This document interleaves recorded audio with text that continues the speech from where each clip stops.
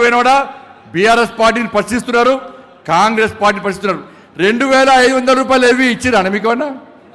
ఇలా వరంగల్ సమాజానికి అప్పీల్ చేస్తున్నా, నేను వరంగల్ కార్పొరేషన్ ప్రజలకు అప్పీల్ చేస్తున్నా. ఎన్నికల కోసం కాంగ్రెస్ వస్తే మీరు గల్లా ఒట్టి అడగండి. 2500 రూపాయలు మహిళలకు ఇస్తాను ఎవ్వి అడగండి. 4000 రూపాయలు మా తాతమ్మకి ఇస్తాను ఎవ్వి అని అడగండి. 4000 రూపాయలు నిరుద్యోగ వృద్ధి ఇస్తాను ఏవి అని అడగండి. నిరుద్యోగ ఉద్యోగాలు ఇస్తాను ఎవ్వి అని అడగండి. ఇలా 12000 రూపాయలు ఇస్తున్నారు ఎవ్వి అని అడగండి. స్కూటీ ఇస్తున్నారు ఎవ్వి, తులం బంగారం ఇస్తున్నారు ఎవి, ఉద్యోగస్తులకు డిఏ ఏది, ఇలా పిఆర్సీ ఏది, వాళ్ళు ఎవ్వి అని అడిగితే ఇక ఇస్తామని చెప్పి ఇలా కాలయాపేస్తారు. ఒక్కొక్కరి డబుల్ బెడ్రూమ్ ఇవ్వలే, ఒక్క రైతుకి నష్టపరిహారం ఇవ్వలే, రైతు భరోసా లేదు, రైతు బంధు లేదు. వాళ్ళ అన్నిటి మోసం చేసేటువంటి పార్టీ వాళ్ళ కాంగ్రెస్ పార్టీ ప్రభుత్వం అన్న విషయాన్ని గుర్తుంచుకోండి. కాబట్టి ఈ తెలంగాణ రాష్ట్రం అంతో అభివృద్ధి చెందుతుందంటే అది నా నరేంద్ర మోడీ ఇస్తున్న నిధులు తప్ప కాంగ్రెస్ పార్టీ దగ్గర నయా పైస లేదు. రాష్ట్ర ముఖ్యమంత్రి నన్ను కోసుకో తిన్నా కూడా దగ్గర పైసలు ఇవ్వన్న ముఖ్యమంత్రి ఈరోజు ఎందుకు ఇవాళ అభివృద్ధి చేస్తా అని చెప్పి అబద్ధాలు చెప్తుండో ఒక్కసారి మనం ఆలోచించాల్సిన అవసరం ఉంది. ఇలా మేము ధర్మం గురించి మాట్లాడుతున్నాం, అభివృద్ధి గురించి మాట్లాడుతున్నాం.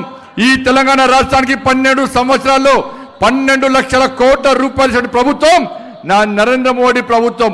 ఇలా మేము సవాల్ వేస్తే, కిషన్ రెడ్డి గారు సవాల్ వేస్తే రాష్ట్ర ముఖ్యమంత్రి తోకముడిచి పారిపోయి పిట్ట కథలతోని, యాసతోని, భాషతోని ఇలా ప్రజలను మభ్యపెట్టే ప్రయత్నం చేస్తున్న విషయాన్ని ఒక్కసారి గుర్తుంచుకోండి. అందుకే భారతీయ జనతా పార్టీ కార్యకర్తలు కాదా మనమందరం ఒక్కటి కావాల్సిన అవసరం ఉంది.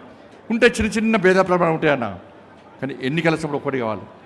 ఇలా వరంగల్ కార్పొరేషన్ మీద ఈ ఆదిలాబాద్ కానీ, నిజామాబాద్ కానీ, కరీంనగర్ కానీ ఇటు వీళ్ళందరూ కూడా వరంగల్ కార్పొరేషన్లో నా అన్నలను, నా తమ్ములను, నా అక్కలను, నా చెల్లెలను గెలిపించుకోవడానికి పక్కా పూర్తి సమయం ఇచ్చి పనిచేస్తామని చెప్పి మీకోసం రెడీ అయిందన్నా, మీకోసం బిస్తర్ కట్టుకొని రెడీ అవుతున్నా. కానీ మీరు సిద్ధం కావాలి. ఒక్కసారి చేతున్నా, నేను కార్పొరేటర్ పోటీ చేస్తాను చేతున్నా.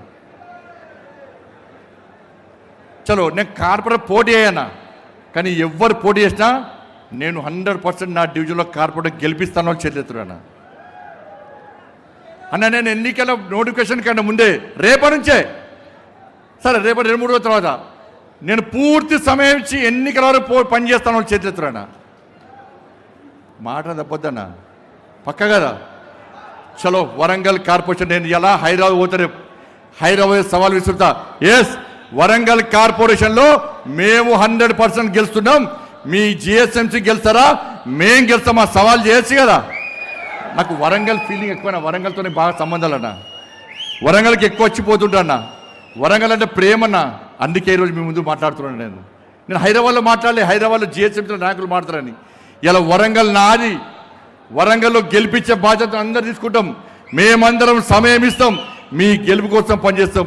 నేను రాష్ట్ర అధ్యక్షుగా ఉన్నప్పుడు సర్వే ఏమొచ్చింది తెలుసా అన్న, వరంగల్లో ఎన్ని గెలుస్తారంటే ఒకటే, వరంగల్లో ఎన్ని గెలుస్తారంటే సర్వే ఒకటే వచ్చింది. ఎన్ని గెలిచినామన్నా 10 గెలిచామన్నా. ఈసారి సర్వే రిపోర్ట్ ఏముంది తెలుసా, ఈసారి సర్వే రిపోర్ట్ 26 గెలుస్తాను వచ్చిన. ఇప్పుడే 26 గెలిచాయి వరంగల్ కార్పొరేషన్లో. పోయినసారి ఒక్కటి గెలుస్తుందంటేనే ఎన్ని గెలిచినాం,